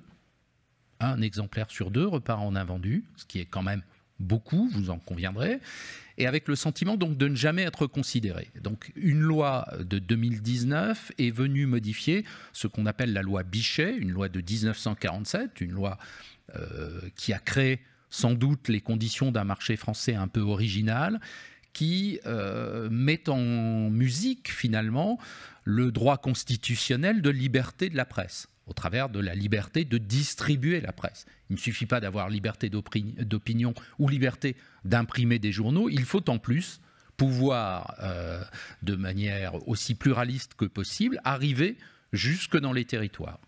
Alors cette loi d'énorme mérite, elle avait un défaut, c'est qu'elle avait ouvert la porte à beaucoup de choses. C'est-à-dire que sans stigmatiser, bien sûr, mais un recueil de mots croisés a autant le droit de s'imposer à un marchand de presse qu'un grand quotidien. un titre qui n'est composé que de capture d'écran sur Internet peut s'imposer à un marchand. Donc depuis la loi de 2019, qui se mettra en œuvre à la fin de l'année, les marchands de presse auront une certaine latitude sur l'offre qui leur est imposée. Sur la presse d'information politique et générale, aucun choix. Tous les marchands ont un statut qui leur impose de recevoir cette presse. Sur la presse qui obtient la commission paritaire, pardon si je suis technique, mais qui est un moyen pour les éditeurs de se faire reconnaître comme des éditeurs de presse et donc de bénéficier d'un taux de TVA réduit, mais également de tarifs postaux pour les abonnés. Sur cette presse, il y aura un assortiment qui sera lié à la taille du linéaire du commerçant, parce qu'après tout, on ne peut pas lui en mettre plus que ce qu'il peut accueillir. Et sur tout le reste, les marchands pourront avoir le choix. Et je pense que c'est de nature à leur redonner envie de pratiquer ce métier et à les réengager au service de la presse. Alors avant de passer la parole à Caroline Thouet et à la salle, je voudrais qu'on aborde un autre aspect ô combien important, c'est-à-dire est-ce que la presse écrite peut survivre sans le numérique et comment on cohabite. Laure, Charlie s'est lancé, somme toute, assez tôt dans le numérique et maintenant dans les réseaux sociaux, parce que c'est quelque chose que RIS avait senti, je crois que c'est dès 2008. Oui. Effectivement, c'est assez tôt et en même temps, c'était le cas de plein de médias à ce moment-là. Mais effectivement, RIS a senti que c'était important, c'était pas... Le Canard ne l'a pas fait, par exemple, parce que souvent on nous compare. Et assez tôt, il a considéré que c'était important d'avoir une vitrine de nos articles sur le web, notamment pour toucher en fait un autre public. Et d'ailleurs, avant de développer ça, je voudrais juste rebondir sur ce qu'ont dit mes confrères tout à l'heure, un peu sur ce qu'est le défi pour Charlie. Alors, il n'y a pas forcément le défi, nous, de trouver à vendre le journal. Je dirais qu'on a un peu, c'est une niche. Donc on a un certain nombre de lecteurs, un certain nombre d'abonnements et de lecteurs qui nous achètent. Voilà. En revanche, pour nous, le défi, je dirais, c'est de faire comprendre, et c'est là où ça rejoint le numérique, de faire comprendre ce qu'est la caricature à tout un tas de jeunes générations. Je ne veux pas généraliser, parce que c'est jamais très intelligent de généraliser, mais j'ai l'impression que la caricature est de moins en moins comprise. Il y a cette expression que je reprends à Caroline Forest de la génération offensée. Et il est vrai qu'aujourd'hui, on ne sait plus lire une caricature. On le voit parfois comme une information, comme une autre. Or, une caricature a pour mission d'exagérer. C'est l'étymologie même, l'origine du mot caricature. Donc, nos dessinateurs exagèrent une actualité pour provoquer, pour se moquer, mais au final, pour faire réagir, pour faire réfléchir. Et donc, vous savez bien qu'il y a énormément de réactions parfois sur les réseaux sociaux parce que des caricatures vont être sorties de leur contexte ou tout simplement pas comprises. Voilà, donc pour nous, le défi, c'est ça. Et pour y répondre, je profite de cette tribune aussi pour en parler. On a créé une association qui s'appelle DCL, Dessiner, Créer, Liberté, co-fondée avec SOS Racisme, quelques semaines après l'attentat de 2015. Et l'idée, c'est d'intervenir dans les établissements scolaires parce que, justement, on veut parler à la nouvelle génération. Et on vient avec des dessins, en fait, qui avaient été envoyés justement par des adolescents en réaction aux attentats. Et donc, des adolescents eux-mêmes qui avaient fait des caricatures de Mahomet et toutes sortes d'autres caricatures. Et ça permet de créer un échange dans les établissements scolaires avec les élèves, comme ça, et d'expliquer, de dédramatiser aussi, si on peut dire, ce que sont les caricatures. Et donc le numérique aussi, pour vous répondre, est une manière aussi de faire découvrir le journal à d'autres personnes que les lecteurs de base et d'origine, si je puis dire. Et donc on a un site internet qui à la fois permet de... Alors c'est vrai que moi je trouve qu'aujourd'hui un article qui n'existe qu'en papier, je trouve qu'il y a un manque. J'ai besoin aussi que mes articles soient aussi sur le web. Ça s'inscrit dans une sorte de pérennité et dans une autre dimension. Je sais que je peux l'envoyer, je peux le tweeter sur les réseaux sociaux et je sais que de cette manière, mon article a une autre vie, voilà, qui complète le papier. Mais le papier reste quand même quelque part la base. Alors c'est là où, voilà, je sais peut-être que ça évoluera un jour. Même je sais que quand je fais l'interview d'un chercheur, je sais que les attachés de presse vont toujours être plus ravis de savoir que l'interview va passer sur le papier que uniquement sur le web. Peut-être que, alors que c'est la même marque, si je puis dire, c'est le même titre, hein, mais je crois que c'est le cas dans plein de... Voilà, alors, évidemment parce que c'est plus lu, c'est ça. Mais voilà, donc pour vous parler un petit peu du site, on a à la fois, donc c'est une manière de donner une pérennité aux articles qui paraissent sur le papier, mais aussi on a des contenus exclusifs sur le web, à travers une newsletter notamment. Voilà, via la newsletter, on peut s'abonner à cette newsletter et on a chaque jour 2 dessins exclusifs qui ne paraissent pas dans le papier. Donc pour les avoir, il faut s'abonner à cette newsletter. Et puis aussi des articles, un article juste pour le web chaque jour. Et puis je précise aussi qu'il y a eu sur le web, on a eu le suivi du procès des attentats de 2015 avec Yannick Enel qui chaque jour faisait un compte rendu et ça a été très très suivi. Et aujourd'hui nous avons un compte rendu chaque jour également du procès des attentats du 13 novembre. Et donc voilà, il y a vraiment aussi un contenu vraiment spécifique et une quotidienneté qui est nécessaire et qu'on n'a pas de fait sur l'hebdo. Et aussi sur les réseaux sociaux, je termine là-dessus parce que c'est aussi intéressant parce qu'aujourd'hui beaucoup d'adolescents s'informent via les réseaux sociaux et on est notamment sur Instagram, on a 150 000 abonnés je crois sur Instagram, on m'a donné des chiffres précis, on a 50% des abonnés sur Instagram ont entre 25 et 44 ans et 16% entre 18 et 24 ans. Et donc je suis ravie de pouvoir ainsi parler à 16%, à des 18-24 ans, ils sont à hauteur de 16%. Et ça m'arrive régulièrement sur mon compte Instagram d'avoir des messages de lycéens qui me disent grâce à ce que vous avez posté sur Instagram, j'ai pu lire votre article. Il y en a même une qui nous a invités comme ça et j'interviens bientôt dans un lycée grâce à un message Instagram comme ça qu'elle m'a envoyé. Voilà, donc c'est important aussi qu'on parle à la nouvelle génération par ce biais. Éric, alors c'est une autre attitude complètement différente. On dit society, c'est pas possible sur le numérique. Disons qu'on n'a pas les moyens de nos ambitions. On aimerait faire plein de choses qui coûtent, on le sait, très cher et on n'a pas l'économie pour le faire. Donc aujourd'hui, c'est ça. Sur SoFoot, historiquement, on a réussi à faire pas mal de trucs sur les réseaux sociaux. On mettait ce qu'on appelle du ton, de l'humour, un petit pas de côté. C'est facile à faire sur du foot.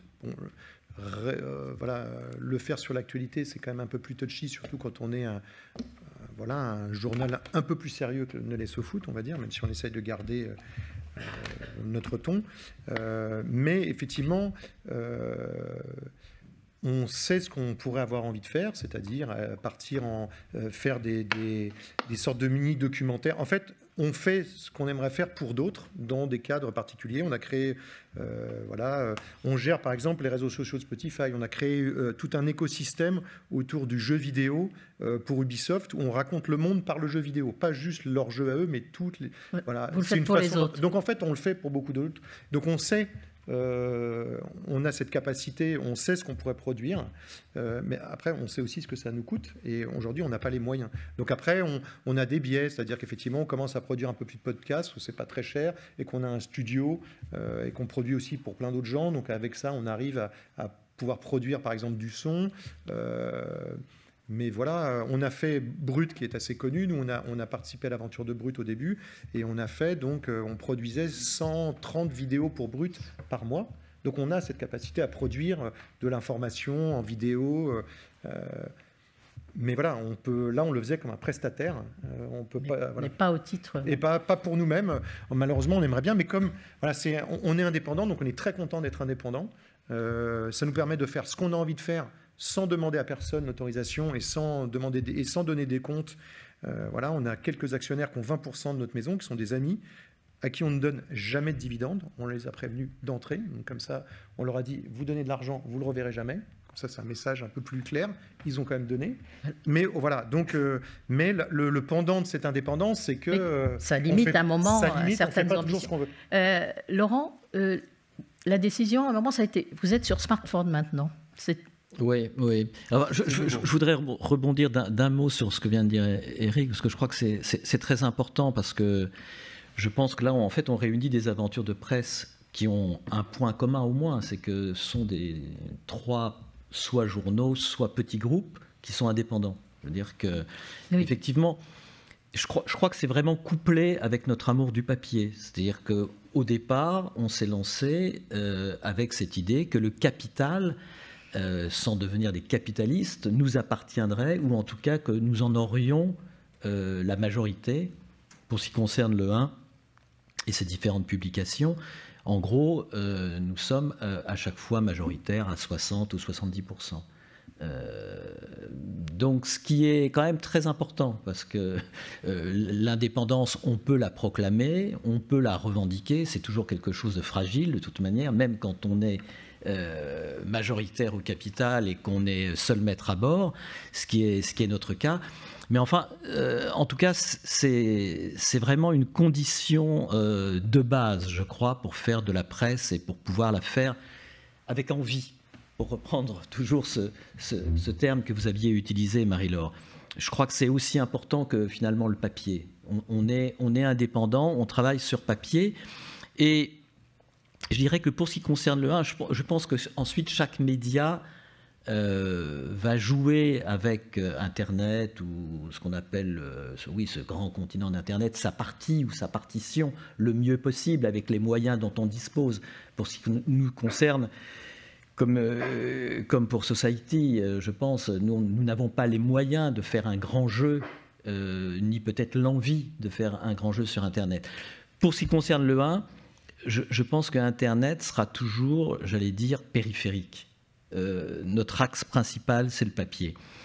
Qu'est-ce que nous attendons au 1 d'Internet ou d'un site, puisque nous avons un site, et comme vous le disiez, Marie-Laure, on a ce qu'on appelle une appli sur téléphone depuis quelque temps. En réalité, heureusement que nous sommes en cercle confidentiel, mais je veux dire, moi j'ai une vision très... On est suivi, hein, on est suivi. Hein. Pas trop, j'espère. Sur YouTube. Parce qu'après, on va me dire, mais comment tu as pu dire des choses pareilles? C'est pas croyable, tu es complètement inconscient. Non, moi j'ai une vision très utilitariste d'Internet, pour utiliser ce terme générique un peu vague. Qu'est-ce que j'en attends? J'en attends que ce soit une sorte de boutique commerciale. Oui, que les gens, s'ils le souhaitent, viennent et s'abonnent. Mais je ne suis pas là pour délivrer du contenu gratuitement. Donc, j'en attends le fait d'être une sorte de boutique de luxe, premier point. J'en attends d'être relayé et d'indiquer à certaines personnes, oui, nous existons sur papier, vous nous voyez sur Instagram, vous nous voyez sur Twitter, vous nous voyez sur Facebook. Bonjour, c'est très sympa. Mais venez nous voir. Venez nous voir. Et donc, tous les outils jusqu'à présent que nous avons conçus, on évoluera peut-être dans... C'est dans le même état d'esprit. Pour l'instant, en tout cas, c'est dans cet état d'esprit. Caroline Touet, je vous laisse la parole, parce que l'action de la BNF, elle est très importante, on l'a dit tout à l'heure, la multiplicité des titres. Bon, cette presse, il faut la protéger, il faut la conserver, il faut la soigner aussi. Ça, c'est une action très, très importante. Et puis, on peut la consulter, puisque ici, il y a une salle de presse qui est ouverte à tout le monde, avec à peu près 400 titres à la disposition des gens. Et je pense que c'est un des lieux les plus fréquentés de la BNF. Alors oui, pardon. Donc, vous allez nous expliquer toute l'action menée par la BNF, voilà, et à la fois dans ses aspects de conservation. Oui, parce que ce que vous produisez actuellement, c'est le patrimoine de demain. Voilà. Et donc ça, c'est l'un des travaux, l'une des missions de la BNF. Donc ma collègue interviendra tout à l'heure pour parler du dépôt légal que la BNF collecte et conserve. Et nous répondons aussi, comme vous venez de le dire, à des usages de lecteurs. Et c'est pour cela que nous avons ouvert cette fameuse salle de la presse, la salle B en haut de jardin, donc qui est accessible à tout le monde, pas seulement aux chercheurs. Donc pour le chiffre exact, on a 382 titres en libre accès. On a de la presse nationale, on a de la presse régionale. Bien sûr, on a beaucoup de presse magazine, puisque comme il a été dit, c'est une presse qui est très très riche. Et par cette salle, la BNF en fait doublonne le dépôt légal par des achats. Donc nous avons des abonnements dans vos maisons respectives. Nous achetons un deuxième exemplaire, soit de ce qui est collecté par le dépôt légal, soit de ce que nous achetons aussi pour la presse étrangère, pour le rez-de-jardin, pour les chercheurs. On achète également des titres francophones, par exemple L'Orient le Jour, dont la journaliste Caroline Hayek a reçu le prix Albert Londres de la presse écrite en novembre pour sa série de reportages au Liban. Donc sur ces 382 titres que nous présentons, il y en a 36 qui, après quelques mois en libre accès, deviennent du patrimoine, sont traités et conservés en magasin au même titre que le dépôt légal. Alors conserver, ça veut dire quoi? L'objectif de la conservation, c'est de permettre la transmission aux générations futures, à la fois du contenu et, si possible, du contenant. Or, pour ce qui est du contenant, la presse est particulièrement fragile. Je ne vais pas vous faire un cours d'histoire du papier, je vais être très bref. Pour synthétiser, jusqu'à la fin du XIXe siècle, le papier qui était utilisé, c'était du papier chiffon. On a l'exemple de la Gazette de Théophraste Renaudot, qui est considérée comme le premier titre de la presse en France. Elle a été publiée de 1631 à 1915. Donc cette gazette était faite en papier chiffon. C'est quoi le papier chiffon? C'est composé à partir de fibres de textile, du chanvre, du lin, et puis ensuite il y a eu le coton. Donc des fibres de textile usagées, malaxées dans des moulins à foulon pour être ensuite recyclées en papier. Ce papier se repère assez facilement parce qu'il a une trame que vous voyez un petit peu en haut à droite, une trame qui est laissée par la forme. C'est l'espèce de tamis qui sert à la fabrication du papier. Donc malgré des origines peu reluisantes, on va dire, ce papier chiffon qui est assez épais se conserve bien. La preuve, vous l'avez sous les yeux avec cette gazette qui date du XVIIe siècle. Ensuite, à la fin du XIXe siècle, il y a eu la concomitance de 3 événements. Donc la loi sur la liberté de la presse en 1881, dont il a été fait question très rapidement tout à l'heure, l'augmentation de l'alphabétisation des Français, grâce à l'instauration de l'école gratuite, laïque et obligatoire, et l'invention de la pâte mécanique, qui a été introduite en France en 1869. Alors là, on rejoint un aspect économique très important pour la fin du XIXe siècle. La pâte mécanique, elle est élaborée à partir de la cellulose, donc du bois, traité industriellement et absolument pas traité chimiquement, pas du tout épuré. Donc l'immense avantage de cette pâte mécanique, c'est d'avoir un rendement de 100%, c'est-à-dire que vous mettez 100 grammes de bois, en gros vous avez 100 grammes de papier derrière. Contrairement à la pâte chimique blanchie, qui, elle, n'offre un rendement que de 40 à 50%. Donc, on revient à l'économie de la presse. Quand on veut diffuser à la fin du XIXe siècle à faible coût un journal, qu'est-ce que vont faire les éditeurs de presse? Bien sûr, ils vont utiliser en très grande majorité la pâte mécanique. Donc, ces 3 facteurs conjugués ont permis la grande diffusion de la presse sous la Troisième République, avec des tirages qui avoisinent le million d'exemplaires pour le petit journal. Ça fait rêver. Et c'est ce qu'on a appelé l'âge d'or de la presse. Donc là, je vous mets les principaux quotidiens qui ont été les plus diffusés fin 19e siècle jusqu'à la guerre de 1914, pour faire simple. Alors, cette pâte mécanique a permis de produire beaucoup et à très bas coût, et a donc contribué à la grande diffusion de la presse, mais alors elle a un inconvénient qui est au moins égal, de mon point de vue en tout cas, c'est sa fragilité constitutionnelle. En effet, cette pâte n'est pas épurée. Je ne vais pas faire un cours de chimie, juste 3 lignes. Elle contient de la lignine. La lignine, c'est le principal composant du bois avec la cellulose. Donc, la lignine, c'est ce qui apporte la rigidité au bois. La lignine, le problème, c'est qu'elle s'oxyde très facilement à la lumière, elle jaunit, et donc ça donne ce qu'on attend d'un journal. Quand on parle d'un journal, un vieux journal, on s'attend à du journal jaune, comme ça. Mais ça, malheureusement, le jaunissement, ce n'est pas le plus gros problème, c'est la suite. Et la suite, c'est l'acidification progressive du papier à cause de cette lignine, justement. Donc ça commence par des pliures, parce que forcément, un journal, il est plié, ne serait-ce que pour être livré ou vendu. Donc les pliures s'accentuent, deviennent des déchirures. Là, vous voyez, ça commence, une pliure qui commence à se déchirer. Tant que ça se passe en bordure, ça va encore. Quand ça commence à atteindre le texte, là, on a de la perte d'information qui arrive. Donc ça, je vous rassure, c'est un double. Ce n'est pas nos collections à nous, enfin pas en tant que patrimonial. Nous avons de l'émiettement, puisque la pliure, l'acidification plie, déchire, et ça devient de l'émiettement. Encore une fois, en bordure, ce n'est pas dramatique. Par contre, quand on atteint le texte, là, on atteint quelque chose qu'on ne devrait pas atteindre, c'est la perte de l'information. Là aussi, c'est un double. Ce n'est pas un document patrimonial que je vous montre. Donc, cette désacidification qui est due à la constitution du papier est aussi due à l'encollage, parce qu'il faut coller ce papier pour que ça ne soit pas du papier buvard, hein, pour que l'encre tienne. Donc l'alun et la colophane participent de l'acidification. Et vous ajoutez à tout cela la fabrication industrielle, c'est-à-dire que toutes les fibres de bois sont absolument broyées. Ce sont des fibres courtes, et donc vous avez un papier très, très, très fragile. Donc nous avons ce papier, ces documents que nous recevons, nous devons les conserver. Donc comment faire face à cette dégradation qui est plus ou moins inéluctable?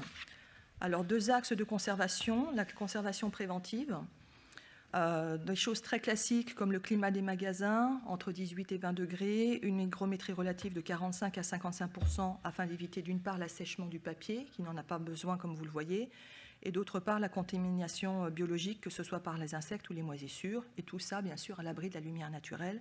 Moins il y a de soleil, mieux le papier se porte. Il y a aussi des techniques. Donc la première, c'est la reliure, qui évite l'affaissement des fascicules et améliore leur tenue en liant les pages les unes aux autres et qui limite l'impact de la lumière juste sur la gouttière. Donc les reliures, il y en a de toutes sortes. Vous avez des reliures anciennes et très jolies comme celle-ci, c'est le Mercure des salons en cuir gaufré. Pour des reliures de grand format, on a été un petit peu moins dans le détail. Vous avez du cuir plus simple, plus brut. Le cuir, ça revient cher, donc il y a aussi de ce qu'on appelle des reliures en demi-cuir. Donc là, vous voyez, il y a seulement le dos qui est en cuir et le plat, le reste.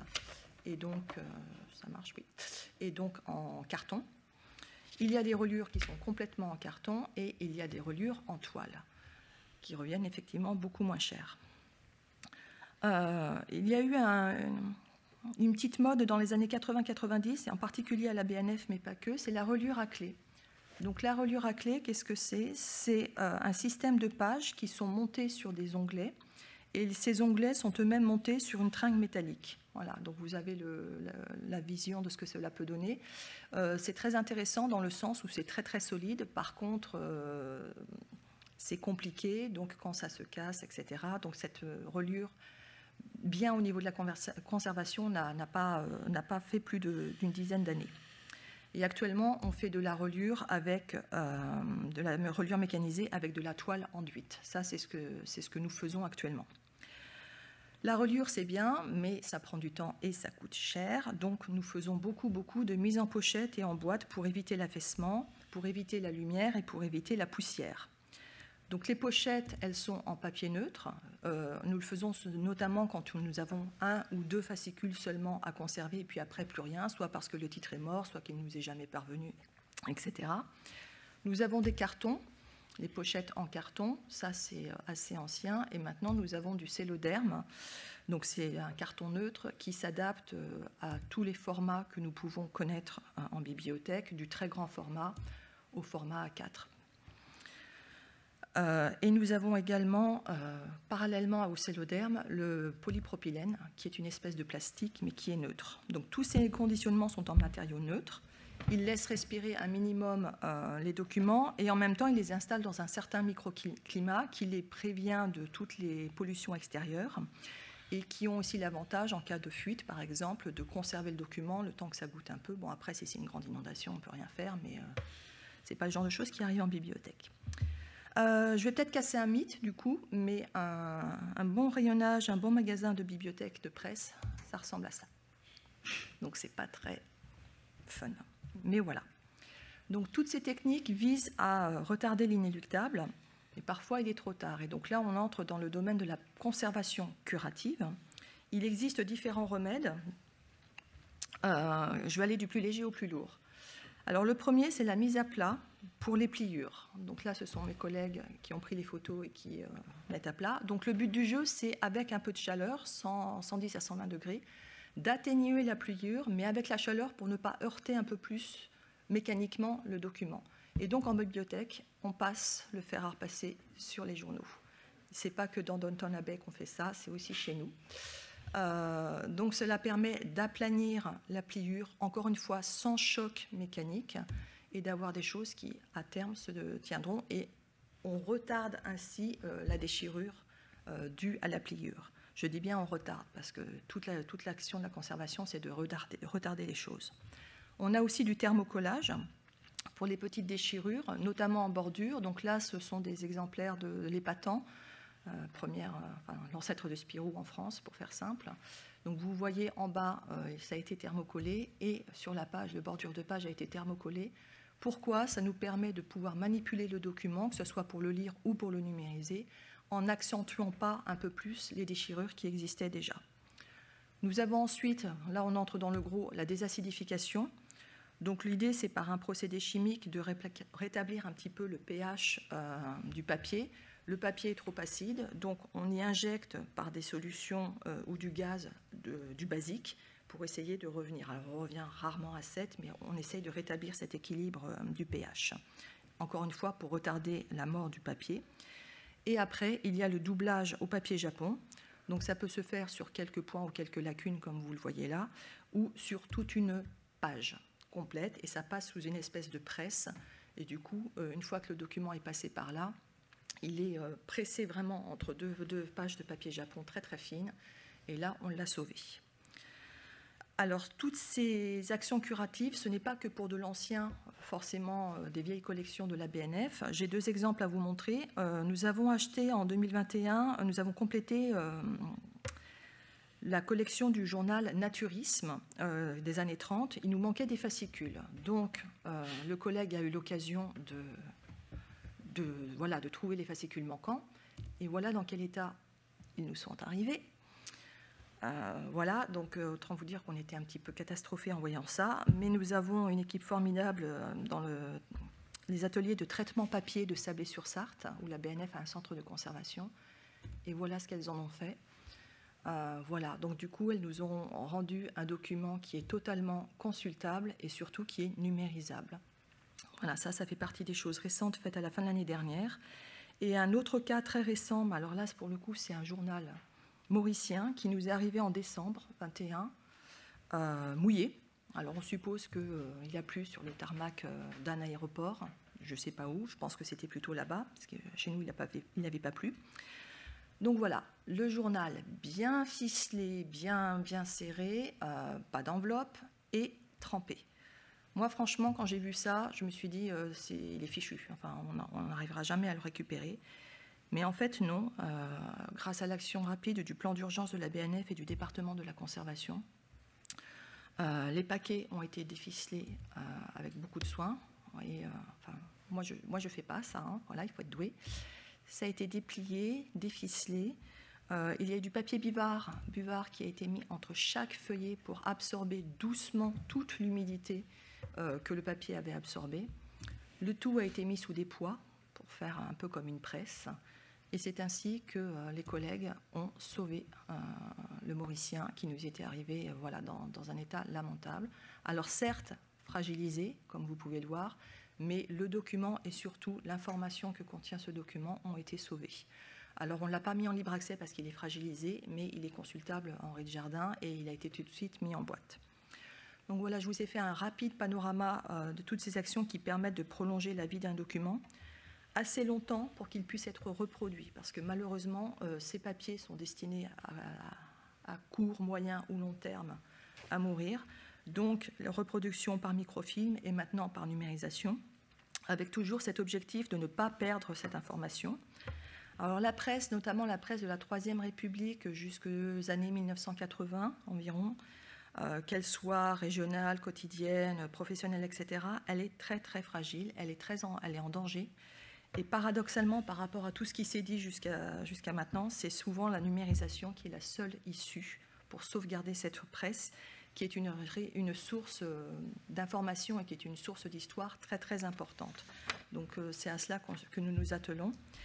Et je vais finir sur une inconnue à l'heure actuelle en termes de conservation, c'est le papier recyclé. quelle est la durée de vie du papier recyclé? Comment est-ce qu'il va se détériorer? Donc on n'en sait rien. Il n'y a que l'avenir qui va pouvoir nous le dire. Et pour cela, il faut que la presse papier continue d'exister, bien sûr. Merci beaucoup, Caroline, parce que c'est une action assez extraordinaire. Je pense que ça réconforte tout le monde autour de la table en se disant que voilà, les choses se perpétuent et continuent de vivre. Vous avez bien fait d'être très attentif au choix du papier, Laurent, la preuve. Mais je voudrais passer la parole à la salle, ceux qui posaient des questions par rapport à ce qu'il vient de dire, mais aussi par rapport à tout l'échange qu'on a eu tout à l'heure. Qui souhaite intervenir? Non? Oui, oui. On va vous donner un micro. C'est une question par rapport quand on écrit un texte en journalisme. J'ai deux questions en fait. Est-ce que l'écriture journalistique rejoint l'écriture littéraire que vous voulez faire en intervenant, en faisant intervenir des artistes, des romanciers, des trucs? Donc déjà, y a-t-il une différence entre l'écriture journalistique et d'autres écritures? Ma première question. La deuxième question, c'est une question d'interprétation. Quand vous faites une caricature qui peut être expliquée en France, effectivement, il y a un travail pédagogique et une certaine liberté d'expression en France. Mais est-ce que, à cause des réseaux sociaux, dont on ne maîtrise rien, les origines, les sources qui sont essentielles au journalisme, est-ce que ça ne peut pas être mal interprété, par exemple, au Pakistan, puisque c'est mondial, le net? C'est ma deuxième question. Est-ce qu'il n'y a pas un... Enfin, comment lutter, enfin, comment... Je ne sais pas comment dire. Voilà. Je ne sais pas si c'est clair, mes deux questions. Laurent?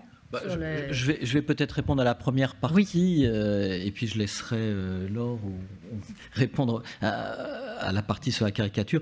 Non, sur l'écriture, en réalité, je suis un petit peu embarrassé. Je vais essayer de vous répondre, hein. Je vais pas faire de pirouette, mais en réalité, on peut répondre beaucoup de choses, et ce sera pas faux pour autant. Moi, ma conception, c'est qu'en réalité, l'écriture journalistique et l'écriture littéraire, ce sont deux choses et deux continents très distincts. Y compris, j'allais dire, dans un journal comme Le 1.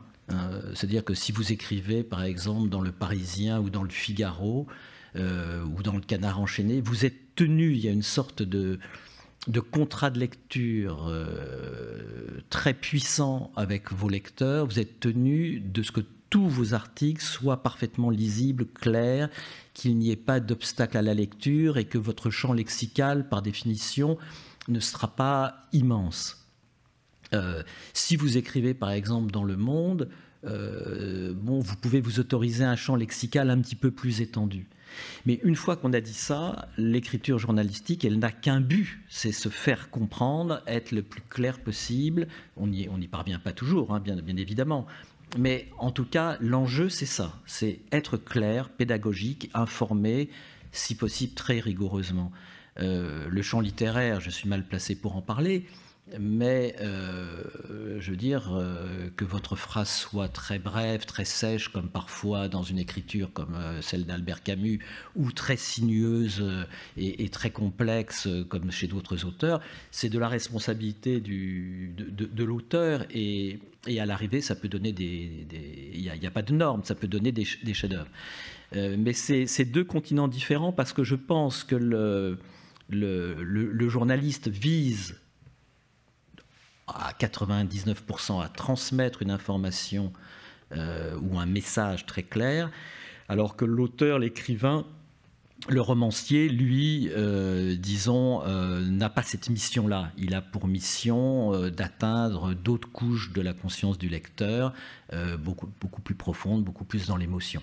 Alors, il se trouve que le 1 est à la frontière, puisqu'on donne la parole à des écrivains, à des romanciers, et l'un de nos marqueurs, c'est de publier en dernière page à chaque fois un poème sorti du patrimoine de la poésie mondiale. Donc on joue sur les deux tableaux. Mais lorsqu'un journaliste s'exprime, et lorsque je relis la copie d'un journaliste, je veux qu'il soit clair et parfaitement clair. Si je relis la copie d'un romancier, je ne m'autorise pas à le corriger. Et s'il y a il peut toujours y avoir un problème, je l'appelle et nous en parlons. Mais l'écriture est sous sa responsabilité. J'espère avoir été à peu près clair. Laure, sur la deuxième question. Oui, vous avez raison. Effectivement, avec le numérique, on est confronté à un nouveau problème. C'est qu'en effet, une caricature va avoir un impact parfois mondial. Et on l'a vu quand on a fait reparaître les caricatures de Mahomet au moment du début des attentats du procès des attentats de 2015. Il y a eu des manifestations, en effet, au Pakistan. Et alors, je dirais que voilà, on ne peut pas modifier les lois des autres pays, de fait. Et dans certains pays, eh bien, comme vous le savez, il n'y a pas de liberté d'expression et même le blasphème est interdit. Voilà. En revanche. Donc mon propos tout à l'heure, c'était ce qui me désole le plus, c'est que en France, alors même que la loi garantit la liberté d'expression, avec évidemment des limites, ça va de soi, mais notamment le droit au blasphème est assuré en France. C'est une liberté d'expression, il n'y a pas de blasphème. On peut se moquer des religions. La loi, c'est qu'on peut se moquer d'un dogme, d'une croyance, mais pas d'un croyant, pas d'un individu. C'est ça qui est le fondamental de la loi.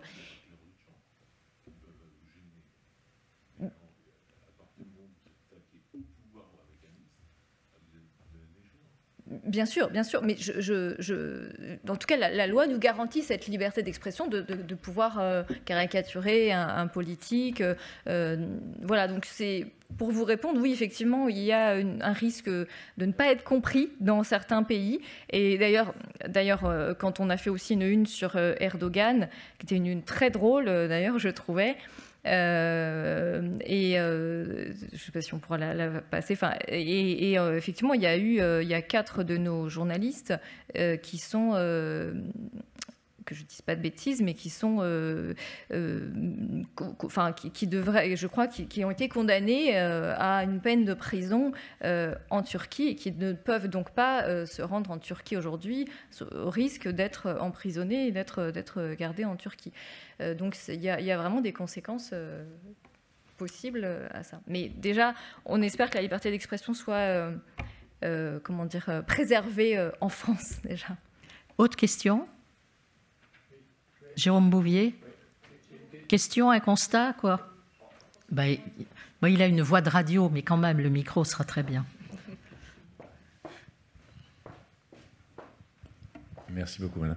Oui, juste une question sur la temporalité, parce que vous avez tous été assez convaincants, je trouve, sur l'acte de foi dans le papier, mais vous avez tous fait des choix de temporalité, de temps long, de temps réflexif.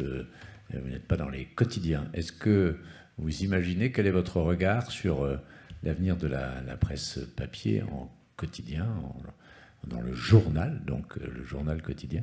Est-ce que vous y croyez aussi, ou bien vous pensez que naturellement cette partie-là de la presse française a des années plus sombres devant elle? Réponse de chacun, assez rapide, parce que je pense qu'il va falloir qu'on laisse la place au deuxième débat. Philippe? Jérôme, un certain nombre de déclinologues ont déjà annoncé la fin du papier. Jeff Bezos a annoncé qu'en 2019, il n'y aurait plus de livres papier. Moi, j'en achète toujours, et j'imagine vous aussi. Monsieur Dawson, Jim Dawson, a fait une très jolie carte, très intéressante, de l'extinction des quotidiens papier dans le monde. Pour la France, c'était tardif, c'est 2029, on est plus arriéré que les autres, mais pour les États-Unis, c'était l'année dernière, et pour l'Angleterre, c'était il y a 3 ans. Je vous engage à aller aux États-Unis ou en Angleterre, dans des kiosques, vous trouverez encore des journaux papier, y compris le Post racheté par Monsieur Bezos, qui est présent sur le numérique, mais aussi sur le papier. Laurent ? Oui, alors, j'aurais tendance à renverser le problème.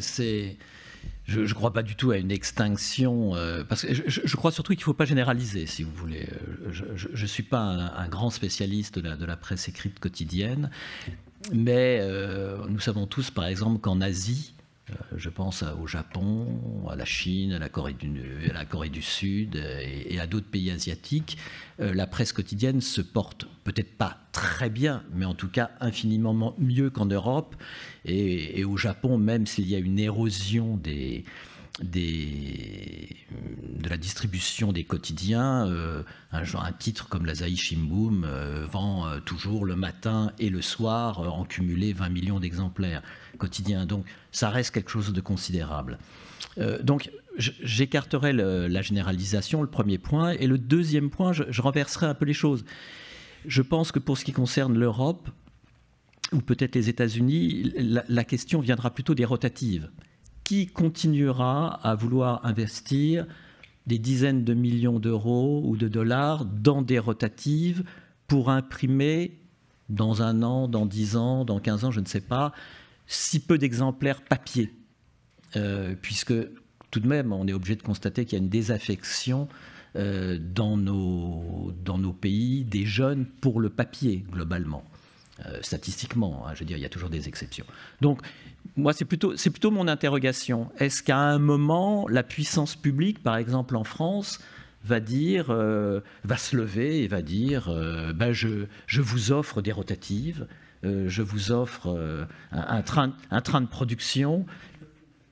Oui, alors ils le font de manière peut-être plus ou moins déguisée ou plus ou moins ouverte depuis longtemps. Ils font tant de choses, mais la presse fait tant pour eux. Laure ? Je dirais, pendant le Covid, tout le monde s'est dit tout va passer au numérique, ça y est, tout va se faire en distanciel. Or, on est présent ici, vous êtes présents dans cette salle, vous n'êtes pas tous devant votre ordinateur, nous, on n'est pas là en train de prendre la parole en numérique. Donc, je pense que, au contraire, d'ailleurs, les gens ont eu marre, enfin je prends cet exemple parce que voilà, les gens en ont eu marre d'être toujours derrière l'ordinateur. Donc là, c'est un peu pareil. Je pense que il y aura toujours une place pour la presse écrite parce que les gens vont être un peu fatigués de trop de numérique. Ça va être un peu une sorte de respiration. Et donc, ça laisse une chance pour des journaux comme nous. En plus, quand il y a une spécificité, comme je disais au début, sur l'aspect dessin, caricature qui nécessite d'être sur un support papier. Donc voilà, j'en parlais à Rhys et il disait qu'il y aurait toujours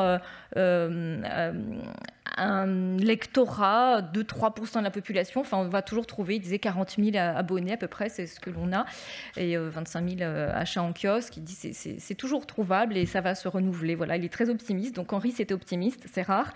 Donc je me dis c'est qu'il a raison. Mais je pense aussi qu'il ne faudra jamais... voilà, le web est nécessaire. Les deux, pour moi, vont de pair et vont pouvoir se poursuivre en parallèle. Caroline, est-ce que vous qui veillez sur la presse comme ça? Alors moi, je reste persuadée, parce qu'on prédisait la fin du livre, globalement, papier, oui. Maintenant, là.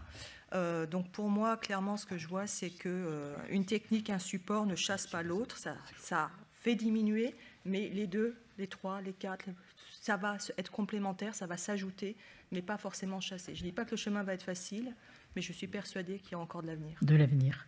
Éric ? Moi, je ne suis pas spécialiste de la presse quotidienne. Je serais un peu sceptique, mais pour reprendre un peu les arguments de tous mes camarades, c'est vrai que le côté déclinologue, moi je me souviens dans les années 90, on disait que le papier livre allait mourir, alors que l'industrie du disque n'avait pas du tout, s'était pas préoccupée, je travaillais un peu à ce moment-là, du tout du sujet. On a vu que voilà, le CD a disparu, et ce qui est assez marrant aujourd'hui, c'est de constater par exemple l'essor du vinyle.